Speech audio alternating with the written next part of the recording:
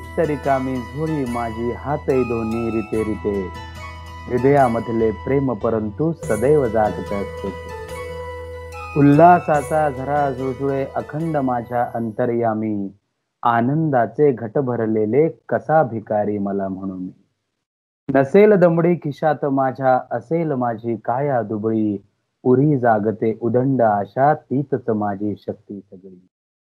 असोत दुःखे अटळ परंतु असे बाप मी त्या दुःखाचा, तना मनावर लेऊन आहे वज्रलेप मी चैतन्याचा. आनंदाने मिरवित फिरतो माझे प्रसन्नतेचे लेणे, ओठांवरती सदैव माझ्या माझे आनंदाचे गाणे.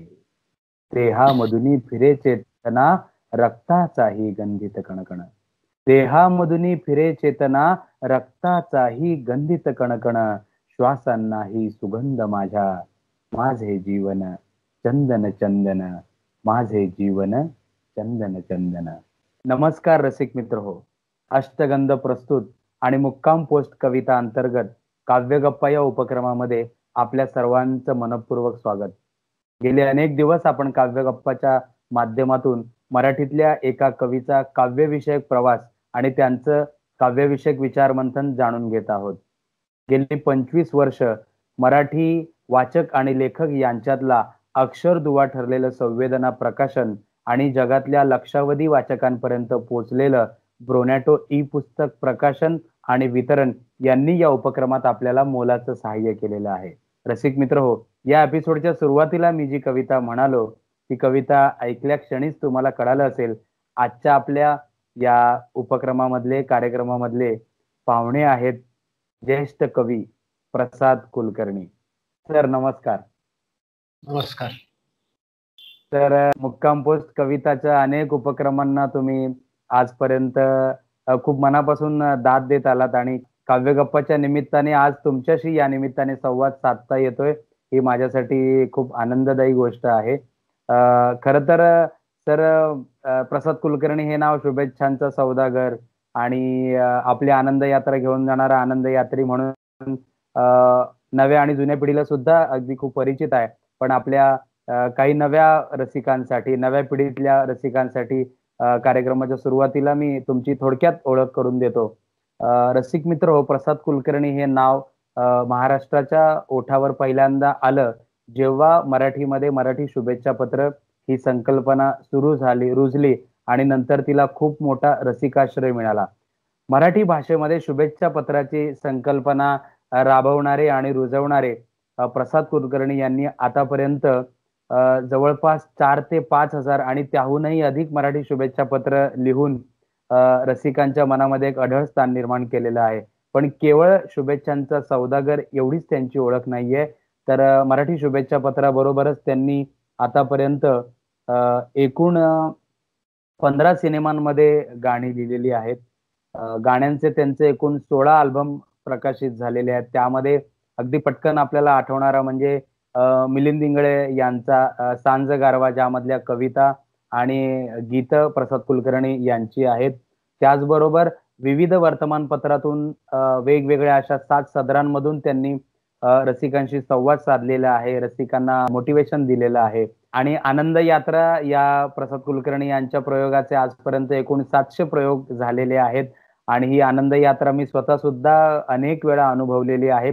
रसिकांशी संवाद, रसिकांमधल्या रोजच्या जगण्यामधला त्यांचा ताणतणाव दूर करणं आणि रसिकांना 2-3 तासामध्ये जगण्याकडे पाहण्याचा एक सकारात्मक दृष्टिकोन देणं हा त्यांचा आनंद यात्रेचा मुख्य हेतू. आणि ती आनंद यात्रा घेऊन ते महाराष्ट्रातल्या अनेक गावांमध्ये, महाराष्ट्राच्या बाहेर आणि भारताच्या बाहेर सुद्धा ही आनंद यात्रा पोहोचलेली आहे.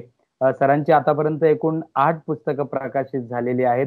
त्यामध्ये अत्यंत ठळक सांगायची झाली तर स्वप्न उद्याचे घेऊन ये हा प्रसाद कुलकर्णी यांचा कविता संग्रह, त्यानंतर कविता लोभसवाणी हा त्यांचा अत्यंत गाजलेला कविता संग्रह आणि इतर ललित लेखनाची काही पुस्तकं आहेत आणि एकूणच मराठी कविता, मराठी शुभेच्छा पत्र आणि आनंद यात्रा या त्यांच्या कार्यक्रमाच्या माध्यमातून ते आतापर्यंत रसिकांपर्यंत पोहोचलेले आहेत. आणि आता या काव्यगप्पांच्या निमित्ताने प्रसाद कुलकर्णी सर, तुमच्या शुभेच्छा पत्रांची सुरुवात, कवितेची सुरुवात आणि त्यानंतर घडत गेलेली ही आनंद यात्रा याविषयी आपण गप्पा मारणार आहोत. सर्वप्रथम मी तुमचं अगदी मनपूर्वक स्वागत करतो आणि मला तुमच्याविषयी आणि जेव्हापासून मी तुमचं एकूण सगळं काव्यक्षेत्रातलं तुमचं वावरणं आणि मी जेव्हा मराठी कवितेशी आणि मराठी भाषेच्या संपर्कामध्ये आलो, तेव्हा पहिल्यांदा मी पाहिली ती तुमची शुभेच्छा पत्र आणि ती शुभेच्छा पत्र मी पाहत गेलो, त्यांचा अभ्यास करायला लागलो आणि नंतर मला कळलं, की तुम्ही तेव्हा खूप मोठ्या प्रमाणात शुभेच्छा पत्र लिहित होतात आणि तुमचा त्या शुभेच्छा पत्रामधला वावर, ते लेखन आणि त्याची निर्मिती इतक्या मोठ्या प्रमाणावर होती, की असं म्हटलं जातं म्हणजे एखादा तरुण कविता लिहायला लागला तर त्याला आई-वडील म्हणतात, "कविता कशाला लिहितोस? कवितेने काय पोट भरता येत नाही." पण तुम्ही शुभेच्छा पत्रांमध्ये तेव्हा जे काम केलं ते अक्षरशः म्हणजे तुम्हाला म्हणजे आर्थिकदृष्ट्या सुद्धा समृद्ध करणारं होतं आणि बरोबर. मराठी कविता लिहून आर्थिकदृष्ट्या श्रीमंत होता येतं आणि पोट सुद्धा भरता येतं. हे तुम्ही एक संदेश तुमच्या त्या कृतीतून सांगितलात. तर खरंच कविता लिहून पोट भरता येतं आणि करिअरच्या अशा खूप संधी उपलब्ध होऊ शकतात? हो, मी आता तूच त्याचा मी चक्षुर्वयी सत्यम असा साक्षीदार आहेस. कसं आहे, की थोडं मागे जाऊन सांगतो. मी कळू लागल्यापासून मला शब्दांनी गारुड केला होता माझ्यावर. म्हणजे अगदी क्रमिक पुस्तकात सुद्धा पहिली मी कविता वाचायचो धडेनंतर किंवा हातात पेपर आला रविवारचा पेपर, त्यात मी पहिलं कवितेचं महाराष्ट्र टाइम्स, लोकसत्ता याच्यात त्यावेळी माझ्या लहानपणी कविता येत असत. ह्या गोष्टी आपल्या जीन्समध्ये असाव्या लागतात, या गोष्टी रक्तात असाव्या लागतात, ही तुमची कॉन्स्टिट्यूशन असावी लागते. कविता करू म्हणून करता येत नाही आणि करायची होते तेव्हा ती टाळू म्हणून टाळता येत नाही. हे तुमचं भागध्येय असतं, ते स्वीकारावं लागतं. माझ्या लहानपणी मूर्ती माझी बऱ्यापैकी हुकूमत होती. मला शब्द हवे तसे इरापल्ली प्रसन्न, जशी बॉल वळवतो ना सीझनचा बॉल, तसे शब्द मला पाहिजे तसे वळवता येतात किंवा अजूनही वळवता येतात. म्हणूनच मी एवढ्या विविध क्षेत्रात काम करतो. पण माझ्या लहानपणी केवळ शब्दांवरती करिअर करता येतं हे माझ्याच काय कुणाच्याही आई वडिलांना पटवून देणं अशक्य होतं, कारण तो काळच तसा होता. मुलगा हुशार म्हटला, तो मेरिट लिस्ट मध्ये येणारा म्हटला की त्याने डॉक्टर किंवा इंजिनियरच व्हायचं. म्हणून मी माझ्या आई वडिलांच्या समाधानासाठी इंजिनियर झालो. पण माझी नियती आणि माझी आवड, माझं डेस्टिनेशन ठरलं होतं कविता, तिथे घेऊन गेली. पण कविता हे नुसतं डेस्टिनेशन नव्हतं, कविता हे माझं साध्य होतं, कविता हे माझ्या चरितार्थाचं साधन पण होतं आणि कविता ही माझ्या आयुष्यभराची साधनं सुद्धा होती. अरे वा. आणि आणि जसं तू म्हणालास तसंच माझी आई म्हणायची, कविता करून पोट नाही भरतायत बाळा, तू हुशार आहेस, तू डॉक्टर किंवा इंजिनियर हो. पण हे मी आता माझी आई हयात नाही दुर्दैवाने, पण हे मी माझ्या आईच्या हयातीत आईला सिद्ध करून दाखवलं.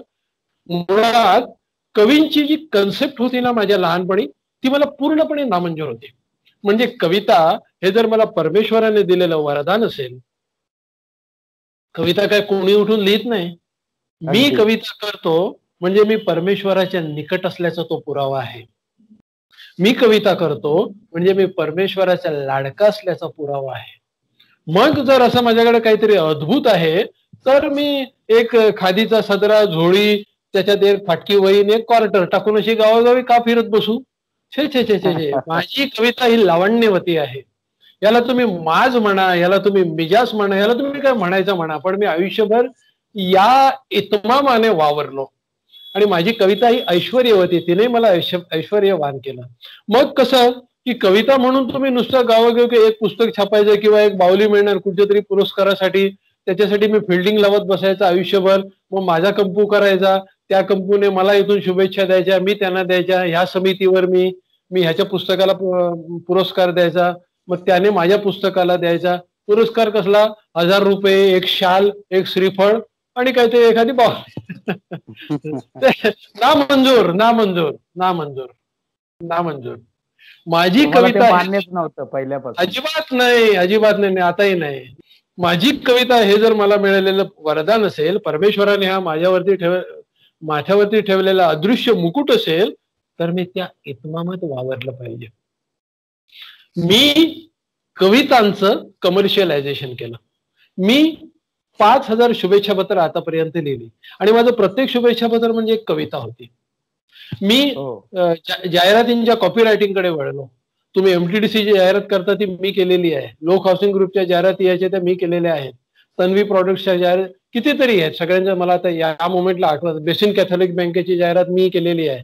आता जी PMC Punjab and Maharashtra bank डब्यात गेली त्याची जाहिरात वर्षभर मी करत होतो. सांगा, अशा बऱ्याच केलेल्या आहेत, मला तर सांगता येणार नाही. तिथे तुमचं नाव नसतं पण तुम्हाला बऱ्यापैकी पैसा मिळतो. मला हे सांगायचं आहे की कविताची ही वेगवेगळी चॅनल्स आहेत. तुम्ही डोळे उघडे ठेवा, सकारात्मक मनोवृत्ती ठेवा आणि ती चॅनल्स तुम्हाला ओपन होत जातील. कवितांवरती तुमच्या नुसतं कविता असं म्हणत नाही मी, तुमच्या शब्द सामर्थ्यावरती तुमच्याकडे जर हुनर असेल आणि दृष्टी सजग असेल तर तुम्हाला निश्चितपणे तुमचं करिअर करता येतं. ही काळ्या दगडावरची रेघ आहे. अगदी सर, तुम्ही शुभेच्छा पत्र लिहित गेलात आणि त्या शुभेच्छा पत्राच्या माध्यमातून नंतर खूप नाती पण जुळत गेली. तुम्हाला रसिकांना तुमचा म्हणजे रसिक अगदी तुम्ही सुपरिचित झालात सगळ्या रसिकांना. आणि जशी शुभेच्छा पत्रामध्ये तुम्ही तुमच्या मनातला आनंद सगळ्यांना वाटत गेलात, तशीच तुमची कविता पण ही लोकांना आनंद देणारी राहिली आहे नेहमीच पहिल्यापासून. म्हणजे तिथे मग अशी गोष्ट होती की तुम्ही पाडगावकरांच्याही सानिध्यात होतात, पाडगावकरांच्याही कवितेचा तुमच्यावरती प्रभाव पडला आणि एकूण आयुष्यावर प्रभाव पडला. तर ही सतत आनंद देणारी कविता तुम्ही लिहित राहिलात. तर मागे मला प्रश्न असा पडलाय की याचं कारण काय? म्हणजे तुमच्या आयुष्यात कधी दुःख आलं नाही, कधी तुम्ही निराश झाला नाहीत, तुम्ही इतके म्हणजे सुखवस्तू होतात की कसं काय, कारण काय त्यामागचं? खूप दुःख होती, लहानपणापासून खूप कुटुंब विस्कटलेलं होतं. माझी आई ही डिप्रेशनची पेशंट होती आणि नंतर ती साप मनोरुग्ण झाली. त्यामुळे घरात स्थैर्य असं कधीच नव्हतं. घरातली भांडी फेकून द्यायची, ती वेड्यासारखं वागायची. मला कधी कधी तिचं डोकं फिरलं तर मी घरात सगळ्यात मोठा, त्यामुळे आईच्या सावडीत नेहमी मी सापडायचो. 5 भावंडात मी मोठा. बाबांच्या पट्ट्याने मला मारतच सुटायची, मग शेजारी पाजारी सोडवायचे. त्यानंतर मी मुंबईला आलो तर प्रदीर्घ काळ आजारपणात गेली माझी. हे सगळं होतं, गरिबी होती. एक काळ असा होता की आत्महत्या करण्याचा विचार प्रबळ होत होता. पण असं माझाच मला एक दिवस मी निवांत बसलो होतो म्हणा, काहीतरी विचार होता, साक्षात्कार झाला की परमेश्वराने हे आयुष्य दिलेलं आहे.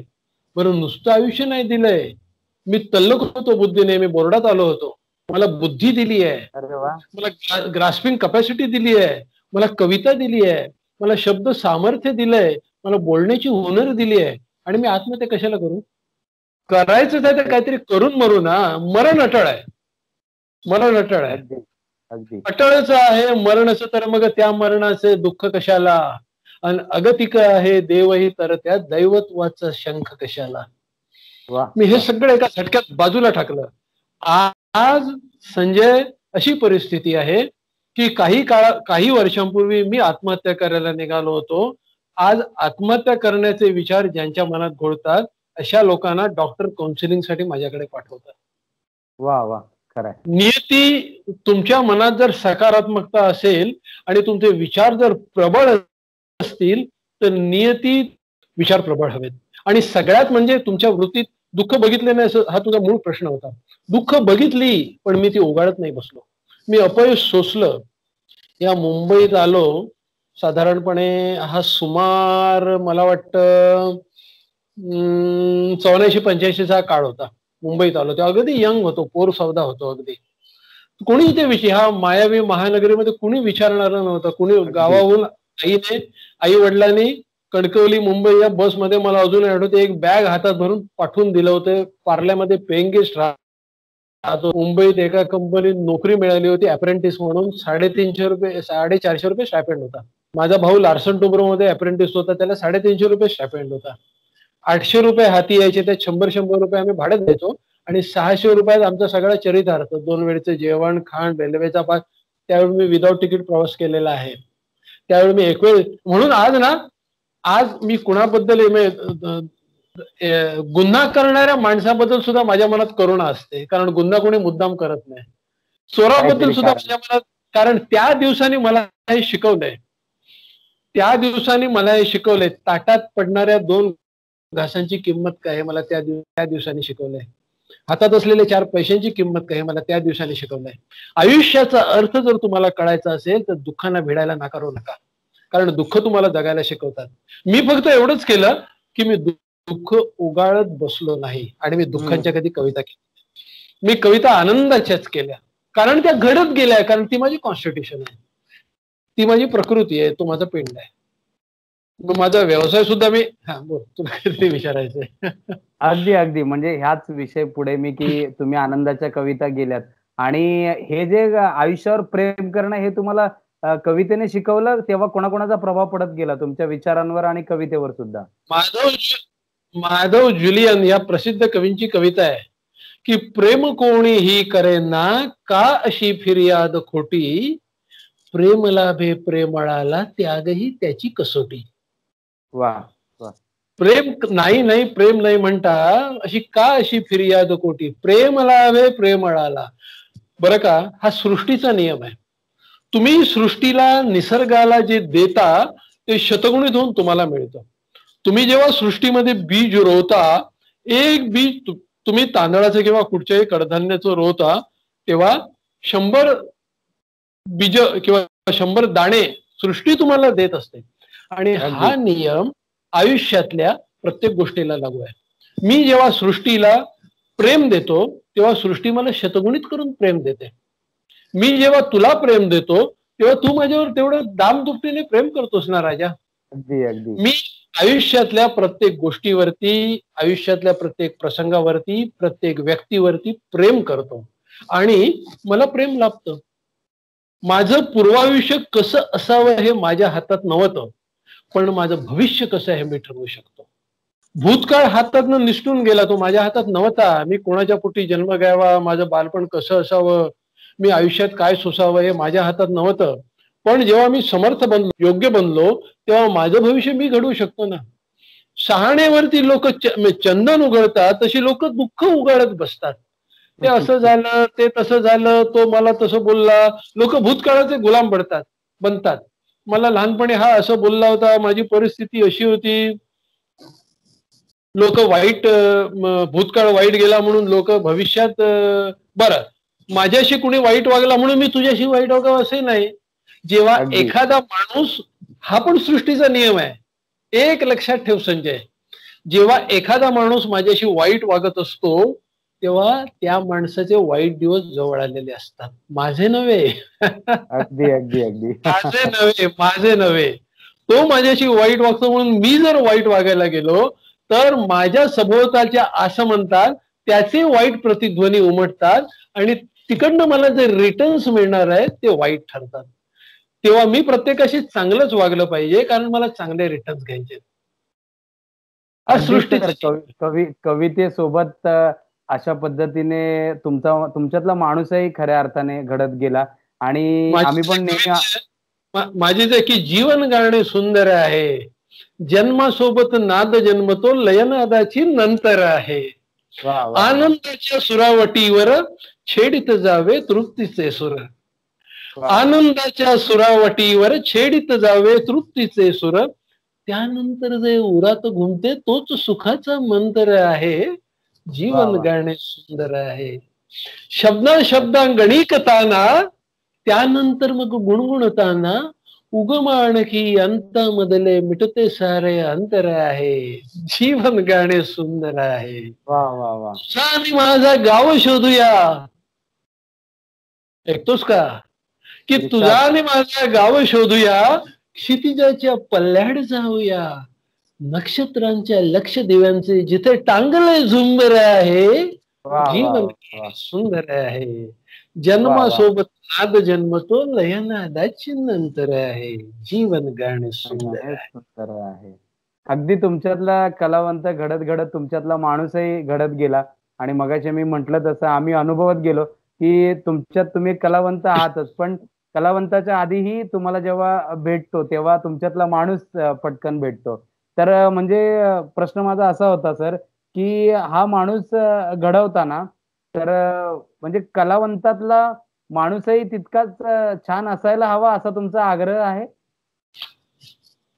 आग्रह म्हणजे हट्टाग्रह आहे, नुसता आग्रह नाही. काय होतं की कलावंत आणि तो माणूस यांची अशी सरमिसळ होते की तो माणूस आहे विसरून जातो.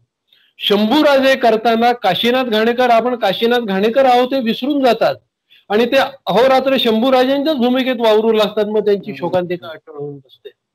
विष्णुपंत पागणेस हे संत तुकारामांची रामांची भूमिका करतात नाही. आपण विष्णुपंत पागणेस आहोत ते विसरून जातात. किंवा शाहू मोडक आयुष्यभर त्यांना नारदांची भूमिका त्यांची अशी मी किती उदाहरणं देता येतील. तेव्हा माणसाचं माणूस पण वेगळं, कलावंतांची कला वेगळी. मी कविता करतो म्हणजे काय करतो ह्यात माझा काहीच मोठेपणा नाही. पहिले हे झटकून टाकायचे की मी काहीतरी अद्भुत करतो. मी कविता करतो म्हणजे काय करतो, एका कुठच्या तरी अशा एखाद्या त्या अद्भुत अशा मंतरलेल्या क्षणी त्या अद्भुत निरामय शक्तीचा मला कुठेतरी स्पर्श होतो आणि माझ्या देहातून एक प्रवाह वाहू लागतो.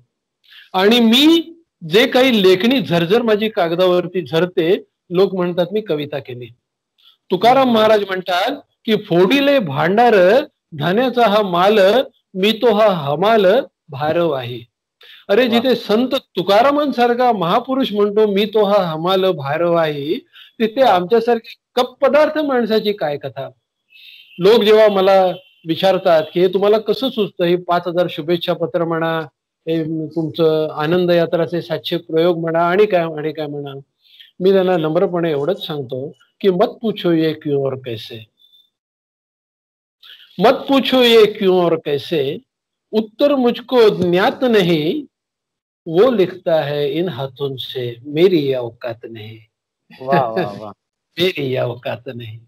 आणि हे भान आपण जर कायम बाळगलं तर आपण माणसाचं माणूस पण विसरून जाणार नाही. माझ्यावरती प्रेम करणाऱ्या प्रत्येक माणसासाठी मी रात्रीचा दिवस करून मी त्याच्यासाठी उपलब्ध आहे.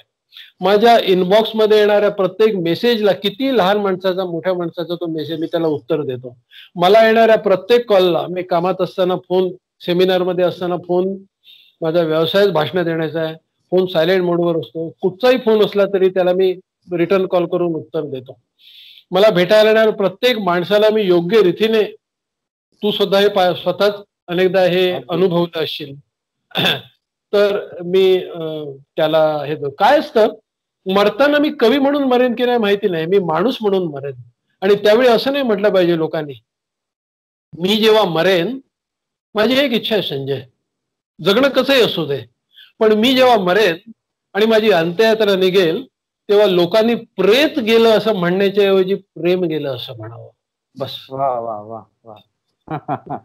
तर हा तुमचा एकूण माणसावर प्रेम करण्याचा स्वभाव, माणसं जाणण्याचा स्वभाव, त्यामुळे खूप नाही, मी आयुष्यावर प्रेम करतो. गुलजार म्हणतो, आनंद पिक्चर बघितला असशील तू, राजेश खन्ना आणि अमिताभ बच्चनचा. त्यात गुलजारची ती शेवटची डायलॉग आहे राजेश खन्नाचा, काव्यमय डायलॉग, मौत तो एक कविता है. बिल्कुल गलत. मैं जिंदगी से कहता हूं कि जिंदगी तो एक कविता है. जिंदगी. तर हे तुमचं माणूस असणं, आयुष्यावर प्रेम करणं, माणसांवर प्रेम करणं, नाती जोडणं, त्याच्यामुळेच तुम्ही शुभेच्छा पत्रातून खूप लोकांशी खूप सहज, म्हणजे तुम्ही लिहिलेली प्रत्येक कविता किंवा प्रत्येक शुभेच्छा पत्र, म्हणजे एखाद्या बहिणीचं शुभेच्छा पत्र मी बहिणीला देण्यासाठी घ्यावं, ती कविता तुमची असायची, पण जो वाचायचा त्याला वाटायचं की हे मीच माझ्या बहिणीसाठी लिहिले, हे मीच माझ्या आईसाठी लिहिले. तर असे काही अनुभव तेव्हा तुम्हाला आले का, की कसे अनुभव होते ते शुभेच्छा पत्रांच्या त्या प्रवासामध्ये, कसे अनुभव होते? काही अनुभव शेअर करा आमच्याशी. खूप, अगदी मला शुभेच्छा पत्राने आर्थिक स्थैर्यतेतील लक्षाधीश केला मला चॅनेल्सनी, कारण हे सगळं अद्भुत होतं, हे सगळं नवीन होतं. मधु मंगेश कर्णिकांनी शुभेच्छांचा सौदागर म्हणून उपाधी दिली. माझ्यावरती टीव्ही चॅनेल्सनी खास फीचर्स केली. टाइम्स ऑफ इंडिया सारख्या पेपरने दखल घेतली. Indian express, times of India, Hindustan times या पेपरने, मराठी पेपरने तर खूप प्रेम केलं. तर आणि त्यात माझं मागे नाव असायचं. तर कित्येक राजकीय नेते, साहित्यमय, सुभाष देसाईंचं नाव मी घेईन, प्रमोद नवलकर, साहित्यिका अरुणा ढेरे, मधु मंगेश कर्णिक, पाडगावकर, कुमार, खूप खूप, मला आता सगळी नावं या क्षणाला आठवत नाहीत. तर लोक अरे आम्हाला हेच म्हणायचं होतं. एक अनुभव असा सांगतो की मला एक दिवस एका गृहस्थांचा फोन आला की मला तुमची भेट हवी आहे. त्यावेळी लोक भेटायला यायचे आणि त्यांच्याकडे मी एक दिवस ठेवायचो. शनिवार किंवा रविवार हा खास माणसांना भेटण्याचा दिवस असायचा. मी अपॉइंटमेंट घेऊन लोक यायची. तर मी त्यांना शनिवारी एका वेळ दिली. ते गृहस्थ आले, तरुण, माझ्याच वयाचा माणूस होता, पण असा धट्टा कट्टा चांगला. आल्या दरवाजा उघडला मीच. तर असा माझा हात हातात घेतला, आणि हात सोडेच ना. मग आपल्या त्या बॅगेतनं एक माझंच एक शुभेच्छा पत्र काढल्याने मला म्हणाला, असं गुदमरलेल्या आवाजात मला म्हणाले की या तुमच्या शुभेच्छा पत्राने मला पापमुक्त केलंय. मी म्हटलं बसा तर खरी. पाणी आणून दिलं. तो क्षणभर बोलच ना, त्याच्या गळ्यात औंढा दाटून आला होता, असं भरून आलं होतं त्याला. थोड्या वेळ बसला होतो, मलाही कळलं मी काय बोलावं हे. मग त्याने घड्याघडा बोलायला सुरुवात केली. मी एका बँकेत नोकरीला आहे, ब्रांच मॅनेजर आहे. माझी बायको एका बँकेत आहे. आम्हाला एकच मुलगा, त्याचा 3रा वाढदिवस. आम्ही एक मोठा हॉल घेऊन तो साजरा केला. मुलाला वाढदिवसाला देण्यासाठी मी तुमचंच एक हे ग्रीटिंग कार्ड घेतलं म्हणे. त्या ग्रीटिंग कार्ड वरती शब्द होते, एका वाक्याचं ग्रीटिंग कार्ड आहे, एका वाक्याचं फक्त ग्रीटिंग कार्ड. प्रिय बाळ, प्रिय बाळ, आपला मुलगा आपल्या आई वडिलांना किती प्रिय असतो ते तू बाप होशील तेव्हा तुला कळेल. वाढदिवसाचे आशीर्वाद. बस. ते म्हणे मी घेतलं, सकाळी मुलाला दिलं. मग संध्याकाळी वाढदिवस, तिकडे जेवण, डिनर. रात्री आम्ही उशिरा घरी आलो आणि मला मुलाला आलेले गिफ्ट, त्याला आलेले ग्रीटिंग कार्ड बघत होतो. तर सकाळी मीच मुलाला ग्रीटिंग कार्ड दिलेलं माझ्या हाताला लागलं आणि ते मी पुन्हा वाच. आणि ह्यावेळी मला म्हणे गलबलून आला. मी माझ्या मुलाला तुम्ही लिहिलेला संदेश देत होतो की प्रिय बाळ, आपला मुलगा आपल्या आई वडिलांना किती प्रिय असतो ते तू बाप होशील तेव्हा तुला कळेल. याच्या मागे काय घडलं होतं की 6 महिन्यापूर्वी माझ्या बायकोचं आणि माझ्या वृद्ध आईचं सारखं भांडण होतं, म्हणून मी चिडून माझ्या म्हाताऱ्या आई वडिलांना खोपोलीला वृद्धाश्रमात ठेवलं. आज मी माझ्या मुलाला सांगतोय, आपला मुलगा आपल्या आई वडिलांना किती प्रिय असतो ते तू बाप होशील तेव्हा तुला कळेल. आज मी बाप झालोय आणि माझ्या म्हाताऱ्या आई वडिलांच्या माझ्याबद्दल ह्याच भावना नसतील का? अगदी अगदी अगदी. मोठं करताना, मला खेळवताना, मला आंघोळ घालताना, मला भरवताना, आपली अपुरी राहिलेली स्वप्न माझ्या डोळ्यात पाहताना त्याने हाच विचार केला नसेल का? अगदी अगदी. हे तुझ्याशी शेअर करताना माझ्या अंगावर आताही शहारा आलाय. आणि तो डोळ्यातून त्याच्या पाणी घळाघळा वाहत होतं. आणि तो मला म्हणाला की मी गुदमरलो म्हणे. मी माझ्या बायकोला उठवलं, तिला पटवून दिलं. दुसऱ्या दिवशी सकाळी आम्ही दोघांनी रजा टाकल्या, गाडी काढली, खोपोलीला गेलो. आई वडिलांना साष्टांग नमस्कार घातला आणि म्हटलं आमची चूक झाली आणि त्यांना सन्मानाने घरी घेऊन आलो. तो मला म्हणाला की तुमच्या एका शुभेच्छा पत्राने माझं घर पुन्हा नांदतं राहिलं, हसतं खेळतं झालं. आणि हा माझ्यासाठी एखाद्या काय म्हणू त्याला, साहित्य अकादमी पुरस्कार किंवा काय कसला असेल तो पद्मश्री, त्या पुरस्कार एवढा पुरस्कार होता. मी असं म्हणतो की माझ्या एका शब्दाने कुणाचं आयुष्य सुधारलं, एखादं विस्कटणारं कुटुंब सावरलं, भांडणारी नाती पती पत्नीतला विसंवाद जर दूर झाला, बहीण आणि भाऊ दुरावलेले एकमेकांच्या जवळ आले, कुणाचं प्रेम जमलं आणि कुणाचं लग्न झालं, काय पाहिजे असतं रे? आणि मी तर म्हणतो की परमेश्वराने किती चांगल्या कामासाठी माझी निवड केली, आयुष्यभर प्रेम वाटण्यासाठी निवड केली. बस यही अपराध मैं हर बार करता हूँ, आदमी हूँ आदमी से प्यार करता हूँ.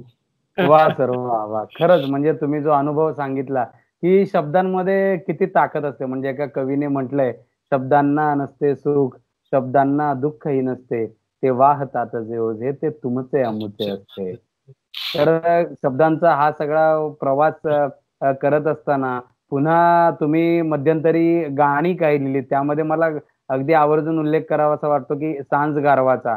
आणि त्यात म्हणजे तुमच्या त्या कविता, आणि तुम्ही नेहमी जेव्हा कविता सादर करताना सर, तेव्हा अगदी रसरसून त्या कवितेमध्ये, म्हणजे खूप कमी वेळा असं होतं की तुम्ही कविता वाचता, तुम्ही कविता सादर करता. तर हा सादरीकरणाच्या मागचा मंत्र काय नेमका? हे असं काय मी ठरवून झालं किंवा कुठे प्रशिक्षण घेतलं नाही.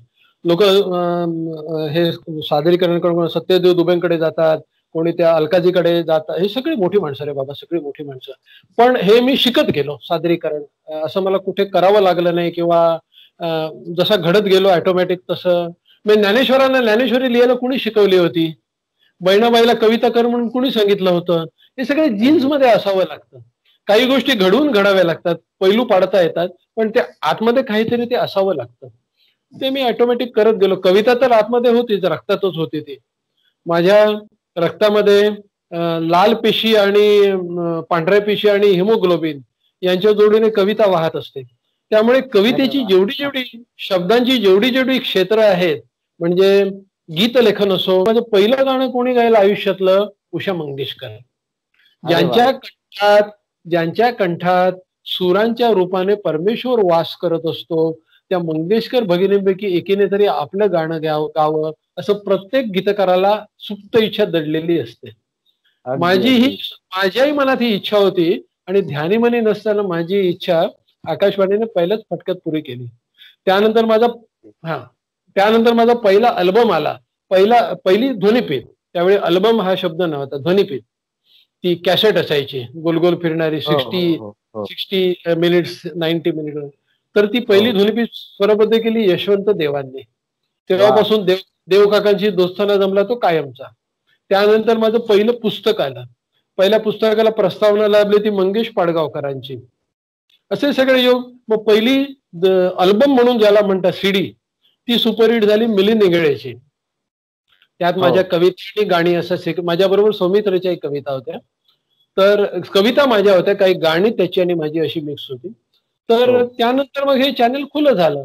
पण मी काय केलं, केवळ गीतकार म्हणून न रमता मी कवितेच्या अभिव्यक्तीची सगळी माध्यमं मी त्याचा आनंद घेत गेलो. मग ते जाहिरातींचं लेखन असू दे, कारण सगळ्यात शेवटी अर्थकारण महत्वाचं असतं. कधीतरी माझ्या वाट्याला महिन्या 2 महिन्यातनं 1 किंवा 2 गाणी येणार किंवा 1 किंवा 2 चित्रपट येणार आणि त्याच्यावरती माझा चरितार्थ चालू शकत नाही. सगळ्यात मोठी भूक असते ती पोटाची, सगळ्यात मोठी जबाबदारी असते कुटुंबाची, माथ्यावरती एक छप्पर हवं असतं, खायला 2 घास हवे असतात. या मुंबईत जे उपाशीपोटी दिवस काढले त्या गोष्टीने, त्या दिवसांनी मला हे शिकवलं की पैसा खुदा तो नहीं और खुदा की कसम खुदा से कम भी नहीं. जगायला पैसा लागतो. म्हणून मी अभिव्यक्तीच्या सगळ्या माध्यमात मी मुसाफिरी केली. या माध्यमाने मला बऱ्यापैकी मान तर दिलास, पण धन दिलं त्या माध्यमात मी साहजिकच रमलो. म्हणजे माझी कवितेवरती प्रेम करत करत तुम्ही वास्तवता सुद्धा विसरला नाही, प्रॅक्टिकल राहिलात खऱ्या अर्थाने. आणि नंतर तुम्ही आनंद यात्राचा प्रवास पुन्हा सुरू केला. एक आक्षेप असा आहे तुमच्यावरती सर, की तुम्ही हा सगळा प्रवास करत असताना की समाजामध्ये आपल्या आजूबाजूला अनेक सकारात्मक नकारात्मक गोष्टी घडत असतात आणि खूप कलावंतांचा असा आग्रह असतो की प्रत्येक कलावंताने त्यावर आपली अशी काहीतरी ठोस भूमिका घेतली पाहिजे. म्हणजे काही राजकीय वाद असतील किंवा बदलती सामाजिक परिस्थिती असेल, तर तुम्ही अशी ठामपणे जाहीरपणे कधी भूमिका घेतलेली दिसली नाही किंवा घेत नाही, व्यक्त होत नाही. काय कारण आहे त्याच्यामागे? सांगतो. 2 गोष्टी आहेत. पहिली, कलाकाराने कधी बायस नसावं. बायस म्हणजे पूर्वग्रह दूषित नसावं. मी जेव्हा एखाद्या पक्षाचा झेंडा खांद्यावरती घेतो तेव्हा साहजिकच झेंडा म्हणण्यापेक्षा एक अदृश्य जोखड कारण मी नाव असलेला एक प्रतिष्ठा प्राप्त झाली आहे मला, 4 लोक ओळखतात. तेव्हा काय होतं, त्या झेंड्याबरोबर एक अदृश्य जोखड माझ्या खांद्यावर येतं. मग त्या पक्षाच्या बऱ्या वाईट ज्या काही गोष्टी असतील त्यांचं मला कळत नकळत समर्थन करावं लागतं. एक गोष्ट झाली.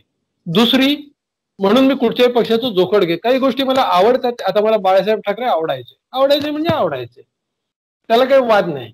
शिवसेनेचे काही धोरणं तुम्हाला पसंत आहेत किंवा नाही तर वेगळा भाग. मला इंदिरा गांधी आवडायचे म्हणजे आवडायचे, प्रश्नच नाही. त्याने खूप डॅशिंग स्त्री होती, इतिहास घडवणारी स्त्री होती. सांगायचं हे की कलाकाराला अशी ठोस मतदान करताना तुम्ही तो कॅन्डिडेट बघा, त्यावेळीची परिस्थिती बघा, तो पक्ष बघून जरूर मतदान करा. पण तुम्ही जेव्हा एखाद्या पक्षाला फॉलो करताना तेव्हा तुम्हाला त्याचे पाईक म्हणण्यापेक्षा तुम्हाला त्याचे बटीक व्हावं लागतं. आणि हे माझ्यासारख्या काय म्हणायचं त्याला स्वयंभू माणसाला पटणारं नव्हतं.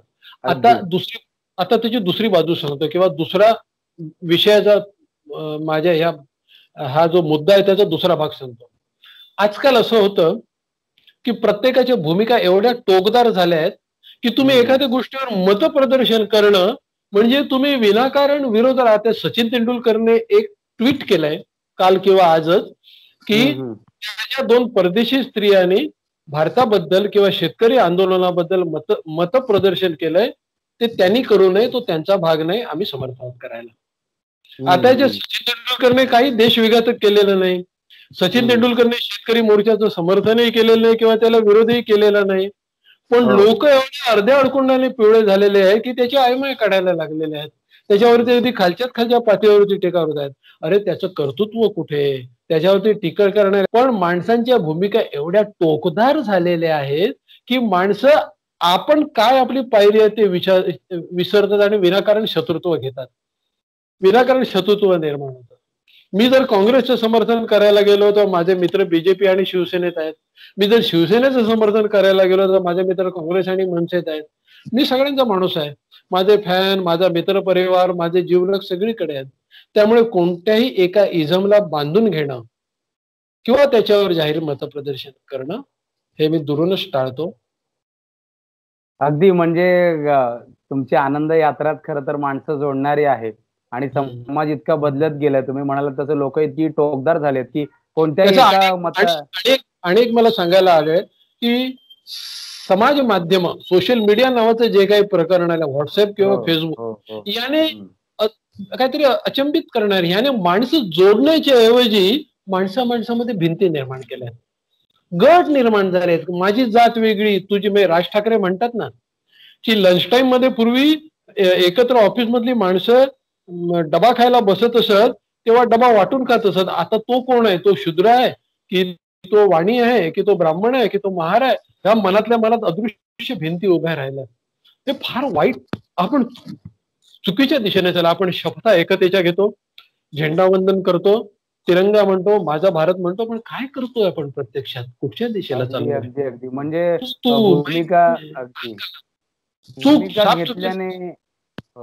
भूमिका घेतल्याने खरं तर म्हणजे माणसातलं अंतर कमी व्हायला पाहिजे, पण तसं होताना दिसत नाही, ते वाढत जातं. बाजूला तुम्ही म्हणता की आपल्याला अभिव्यक्ती स्वातंत्र्य आहे, पण अभिव्यक्ती स्वातंत्र्य असेल की असं तर नव्हे ना की तू म्हणशील तेच मी म्हणायचं.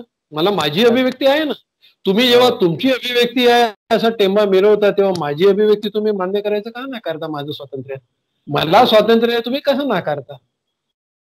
अगदी अगदी खऱ्या अर्थाने. त्याच्यात काही प्रतिष्ठित लोक सामील आहेत, ही झुंडशाही चालली आहे, कंपूशाही चालली आहे, हे व्हर्च्युअल झुंडी निर्माण झालेल्या आहेत. चुकीचं चाललंय हे सगळं. माझा कुठचाही पक्ष नाही, मी कोणाचाही समर्थक नाही, ते चाललंय ते चुकीचं चाललंय. अगदी सर, ही जी जाणीव माणसाला असली पाहिजे की कोणत्याही आपण भूमिका घ्यायच्या, समाजामध्ये अंतर निर्माण होतं, त्याच्यामुळे माणसापासून माणूस दूर जातो. तर माणसाला पुन्हा एकदा असं जोडण्यासाठी कविता, साहित्य, शब्द हे माध्यम जास्त पोचलं पाहिजे माणसांपर्यंत, हेच माध्यम आहे माणसाला जोडून ठेवण्याचं. मी माझ्या कार्यक्रमाला तर तेच पटवून देत असतो. मी म्हणतो हा अहंकार, ही टोकदार भूमिका, हे तुम्ही तुमच्या भोवती तुम्ही डबकं निर्माण करताय, महासागरात जायचं नाकारताय. तुम्ही तुमच्या भोवती एक कुंपण आखून घेताय आणि ते जे रिंगण, कुंपण म्हणण्यापेक्षा रिंगण, आणि त्या रिंगणाला तुम्ही आकाश समजताय, होरायझन म्हणजे तुमचं क्षितिजच तुम्ही मर्यादित करताय. मी माझ्या कार्यक्रमात तेच सांगत असतो. आज मला जर गरज पडली तर माझ्यासाठी कोण धावून येणार? संजय धावून येणार. दिल्लीवरून मोदी धावून येणार नाहीत किंवा अमेठीवरून गांधी धावून येणार नाहीत. मी हे का कशाला या वादात पडू? मी संजयने एक भूमिका घेतली तर मी त्याला का विरोध करू? बरं, विरोध ठीक आहे, पण मी विरोधासाठी विरोध करू की संजयला ट्रोल करू की त्याचं सगळं पूर्वाविषय आयमाय आणि काय कसं काढू? मी कुठच्या दिशेने जायचं, कसं आपण सुसंस्कृतपणे हरवत चाललोय. या माध्यमातून तरी माझे विचार लोकांपर्यंत पोहोचले तर मला खूप आनंद होईल. अगदी खरं आहे. आपल्याकडे म्हणजे शब्द हेच माध्यम आहे लोकांपर्यंत पोहोचण्याचं, आणि तुम्ही आनंद यात्राच्या माध्यमातून पण ते लोकांपर्यंत हे सगळं पोहोचवत आलायत की आयुष्यावर प्रेम करा, माणसांवर प्रेम करा. आणि कवितेने दिलेलं सगळ्यात मोठं देणं हे आहे की कवितेने आयुष्यावर प्रेम करायला शिकवलं, माणसांवर प्रेम करायला शिकवलं. तर या खरं लॉकडाऊनचा प्रेम भरल्या अक्षरांचा दीप आहे लावतो मी, आणि सदिच्छांच्या अक्षतांचा गंध आहे वाटतो मी. प्रेम माझा ध्यास होता, प्रेम माझा श्वास आहे, प्रेम माझे विश्वव्यापी खूण त्याची सांगतो मी. वर्तमानाच्या पूजेच्या आरतीला प्राण माझे, वर्तमानाच्या पूजेच्या आरतीला प्राण माझे, अन उद्याच्या स्वागताची ही पताका बांधतो मी. छंद माझ्या भावनांना नित्य येतो. चंदनाचा गंध माझ्या भावनानं नित्य येतो, हेच आहे स्वप्न माझे त्याच्यासाठी जागतो मी.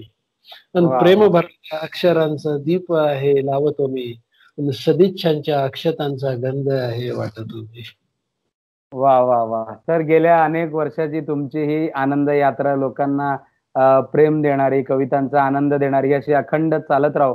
आणि लॉकडाऊनच्या एका गॅप नंतर पुन्हा एकदा आनंद यात्राचे प्रयोग सुरू व्हावेत. पुन्हा एकदा तुम्ही रसिकांपर्यंत जावं, रसिकांमध्ये जावं आणि पुन्हा एकदा ती आनंद यात्रा सुरू व्हावी अशी सदिच्छा या निमित्ताने व्यक्त करतो आणि आपली रजा घेतो. आपल्या रसिकांना मी पुन्हा एकदा सांगू इच्छितो की काव्य गप्पाच्या या माध्यमातून तुम्ही कवितेविषयीच एकूण सगळ्या कवितांचा हा प्रवास आणि हा आनंद पुन्हा पुन्हा अनुभवत राहा. आपल्या परिचितांना सुद्धा तो निश्चितपणे सांगा आणि निश्चितपणे हा या काव्य गप्पांचा आनंद त्यांच्यासोबतही शेअर करा. आणि संवेदना प्रकाशन यांचं हे 25वे वर्ष आहे. मला सांगायला आनंद वाटतोय की कवी प्रसाद कुलकर्णी यांचा सुद्धा संग्रह संवेदना प्रकाशनाने काही वर्षापूर्वी प्रसिद्ध केला. तर संवेदना प्रकाशनाची विविध पुस्तकं तुम्ही मिळवा. ज्या 3 संस्था ह्याच्याशी निगडीत आहेत त्या प्रत्येकाने माझा एक एक संवेदना प्रकाशनने एक पुस्तक काढलंय, ब्रोनाटोने माझी ई कॉपी काढलेली आहे आणि संजय शिंदेच्या अष्टगंध प्रकाशनने माझी 2 पुस्तकं प्रकाशित केली आहेत. अगदी. तर ब्रोनाडोच्या माध्यमातून सुद्धा जगात कुठेही असाल तर तुम्ही ई पुस्तकाच्या माध्यमातून प्रसाद कुलकर्णी आणि अशाच विविध कवींच्या, लेखकांच्या पुस्तकाचा आस्वाद घेऊ शकता. लेखकांनी सुद्धा ब्रोनॅटो ई पुस्तक प्रकाशनासाठी प्रयत्नशील राहावं आणि आपलं पुस्तक या माध्यमातून जगातल्या अनेक रसिकांपर्यंत कसं पोहोचवता येईल यासाठी ब्रोनॅटोचे शैलेश खडतरे यांच्याशी अवश्य संपर्क साधावा. तर याच वळणावरती आज इथेच थांबूया आणि भेटूया पुढच्या काव्य गप्पांमध्ये. तोपर्यंत नमस्कार. कविता मना